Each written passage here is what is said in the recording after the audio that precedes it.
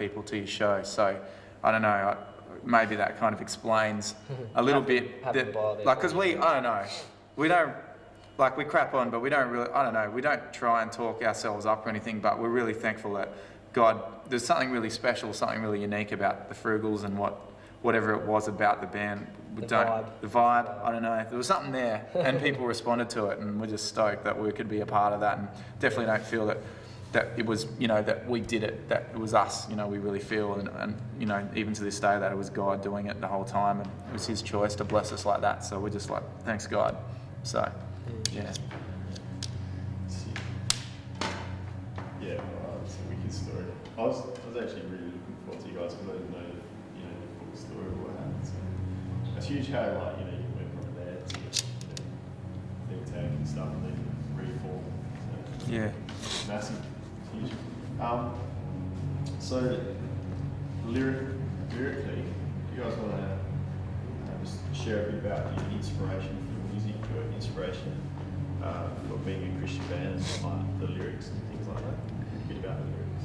Well, Lachlan wrote probably like 70% of the lyrics, so I'll get him to start.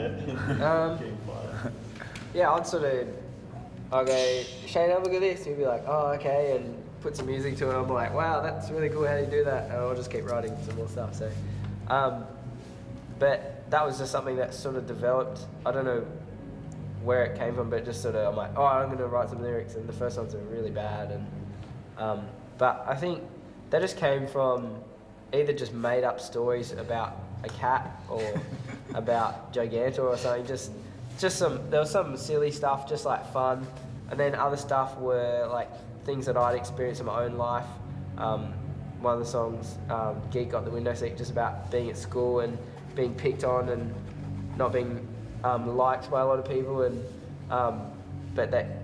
the main thing of that was that, you know, God still thinks you're great, and despite what people think, and you get picked on and that, but God still thinks you're a champ, and yeah, like.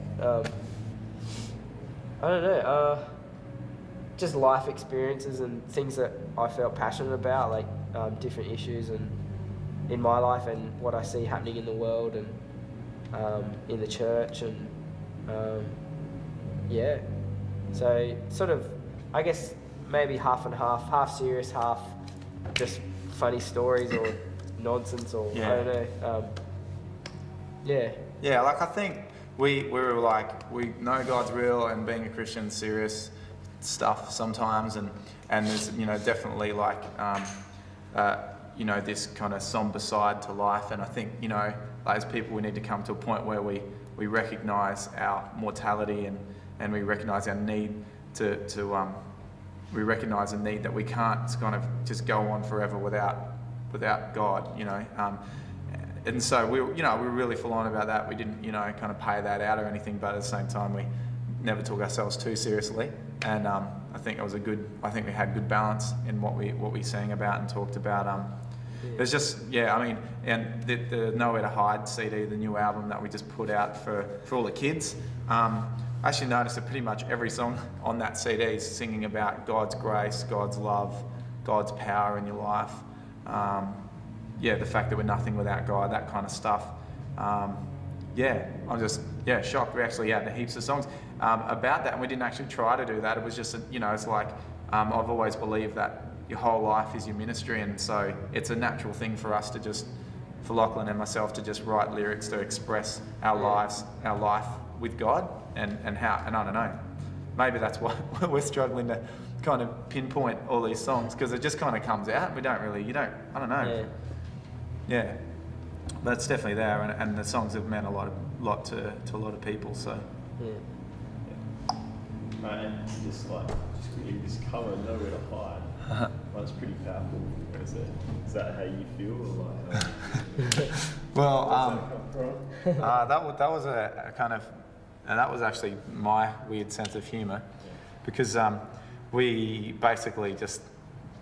We just released it in time for the reunion show, and the whole idea was just like a zombie theme, and that we'd been broken up for 3 years, and the fact, that we were getting together, we were dead and buried. Then we've unburied it, and and so my idea was that we were like these zombies that everyone was afraid of, and our music was so old and passe that everyone would just run for the hills. Yeah, it's like, nah, too bad, we're doing it. But It's happening. it's we were adamant that we're doing this show and you like it whether you run or not. So, but that was sort of just the loose theme, and then from there we got a great illustrator named John Englehart and a great graphic designer Darren Reed, and they just kind of put it together. But the concept was just these in the CD, a girl and a boyfriend and girlfriend.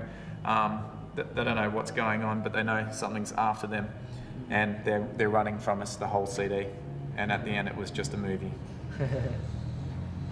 So. And then also with that title, there was I was going to say there's a song that Shane wrote called Nowhere to Hide as well, which was Shane can explain what that song is. I wrote a song just to tie it in with the whole but unfortunately we didn't actually get to record it and put it on the CD, also named Nowhere to Hide. Lost Forever. Although we did we actually got the last show on DVD. True. But we played so badly that we'll probably never release that. The song is just about it's slightly different, but the idea is that there's a band that played the show, and then they go away, then they get in their touring van and they go away, and when they're away, the people in the town, first of all, the people in the town are really relieved that the band's gone, and then the people in the town hear that the band have broken up and they're heaps relieved. And they can basically sleep safely now, knowing that they're far away type thing. Yeah. And anyway, 3 years later, the band turns up in the town again, and they're like, "What?" And the band's like, "No, we never broke up. It just took us 3 years to write another song. That's all." So that's the idea, and the people just have to deal with it. Good concept. Concept album without actually recording the song. Just get back at it. Yeah, that's right. Oh, cool. And what's your future plans? That's pretty hard. Individuals or I guess there's no band anymore. There's no Frugal anymore. Musically, I'm starting at TAFE doing music there, and expanding my knowledge of the musical realm. His head used to be really narrow. Which was, I think, even though the band was really successful and stuff, and it was like, wow, crazy, I just really had no idea about music, and I just sort of tried to play trumpet and screamed a bit, and somehow it worked. And now it's really good at TAFE, learning all this stuff, and I'm playing bass and trying to learn how to play guitar and how to write my own songs and then put the lyrics with them instead of trying to get someone else to write a song, this idea in my head. So I really love it, and I don't know where it's going to go from there, but hopefully into another band or some sort of organism. Son of Blob. Yeah. Son of Blob. So there's all ideas there happening. Still got lyrics coming out of me, and got lots of ideas, and so something is on the horizon. I'm just not sure what yet. What's there? Yeah. Cool. Thank you, Lachlan. Thank you. It's been a bit of a ride. I guess most of the bands that'll be doing these recordings, video stuff, will be kind of talking about what next for the band, and so there is nothing next for the Frugals. But for myself personally, I love music, and I've always been really passionate about it ever since I picked up a guitar, and I think coming down here and playing with Think Tank as well, I feel like I've gone from one direction, from left wing to right wing, and kind of getting a totally different side of the story, musically, and sort of expanded me up to a whole new kind of thing. Although I have played in a death metal band,